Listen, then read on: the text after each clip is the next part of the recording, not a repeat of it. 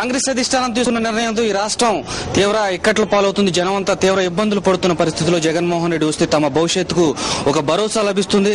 జగన్మోహన్ రెడ్డి లాంటి నేత లేకపోవడం వల్ల ఈ రాష్ట్రానికి పరిస్థితి వచ్చిందని జనమంతా భావిస్తున్నారు. అందుకే ఆయన రాక కోసం దాదాపు 16 నెలలుగా ఎదురు చూస్తున్నారు. ఈ రోజు కోర్టు తీర్పు వెలువడుతున్న నేపథ్యంలో మొత్తం ఊరువాడంతా ఆయన కోసం ప్రార్థనలు పూజలు చేస్తున్నారు.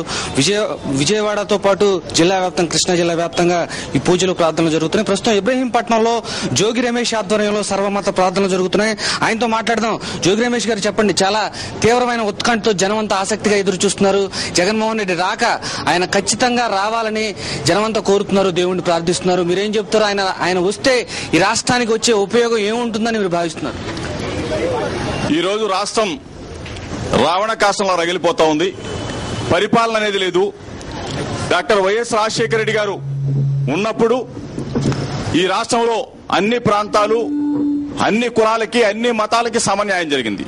అటువంటి వ్యక్తి లేడు కాబట్టి, అటువంటి వ్యక్తి ఈరోజు జగన్మోహన్ రెడ్డి వీరుడు ధీరుడు దీశాలి కాబట్టి ఆయన ఈ రాష్ట్రానికి ముఖ్యమంత్రిగా వస్తే, ఆయన విడుదలై క్షేమంగా వస్తే ఈ రోజు లక్షలాది మంది, కోట్లాది మంది కూడా ప్రార్థనలు చేసేది ఏంటంటే జగన్మోహన్ రెడ్డి గారు విడుదలై బయటకు వస్తే ఈ రాష్ట్రానికి ముఖ్యమంత్రి అవుతాడు.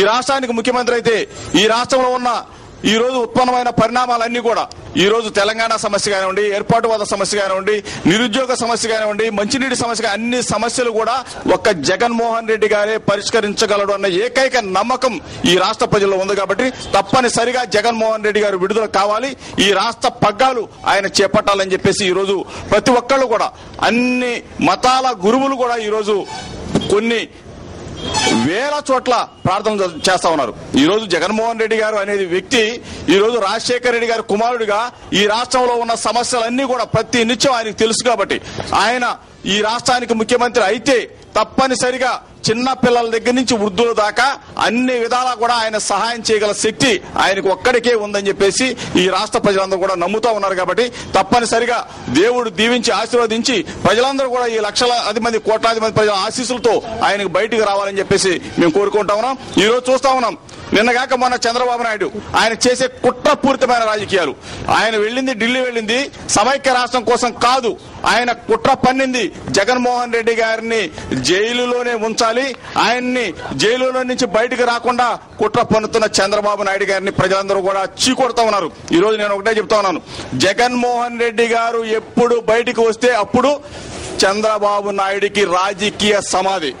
ఈ రోజు జగన్మోహన్ రెడ్డి గారు బయటికి రాకపోయినా ఎన్నికల వరకు ఆయన చంద్రబాబు నాయుడు వెంటిలేటర్ మీద ప్రాణాలతో కొట్టుకుంటాడు. కానీ ఎట్టి పరిస్థితుల్లో కూడా చంద్రబాబు నాయుడికి రేపు రానున్న ఎన్నికల్లో రాజకీయ సమాధి చేయటం ఖాయం ఈ రాష్ట్ర ప్రజలు.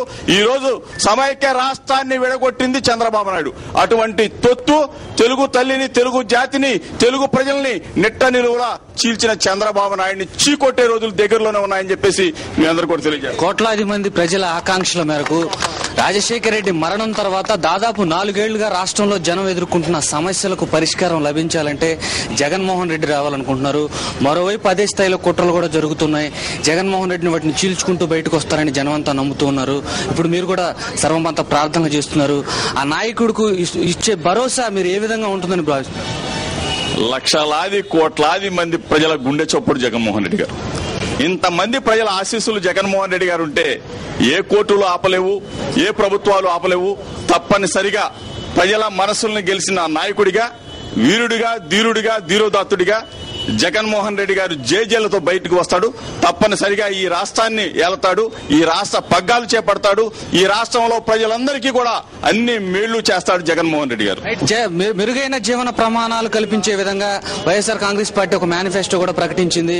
దాదాపు 4 ఏళ్లుగా రాజశేఖర రెడ్డి చనిపోయిన తర్వాత ఆ పథకాలన్నీ మూలన పడ్డాయని జనమంతా భావిస్తున్నారు. ఈ సమయంలో జగన్మోహన్ రెడ్డి రావడం వల్ల ఈ రాష్ట్ర విభజన అంశానికి సంబంధించి కానీ, లేకపోతే ప్రజలకు అందాల్సిన పథకాలకు సంబంధించిన కానీ ఏమనుకుంటున్నారు? జనంలో ఎటువంటి అభిప్రాయం ఉందని మీరు భావిస్తున్నారు?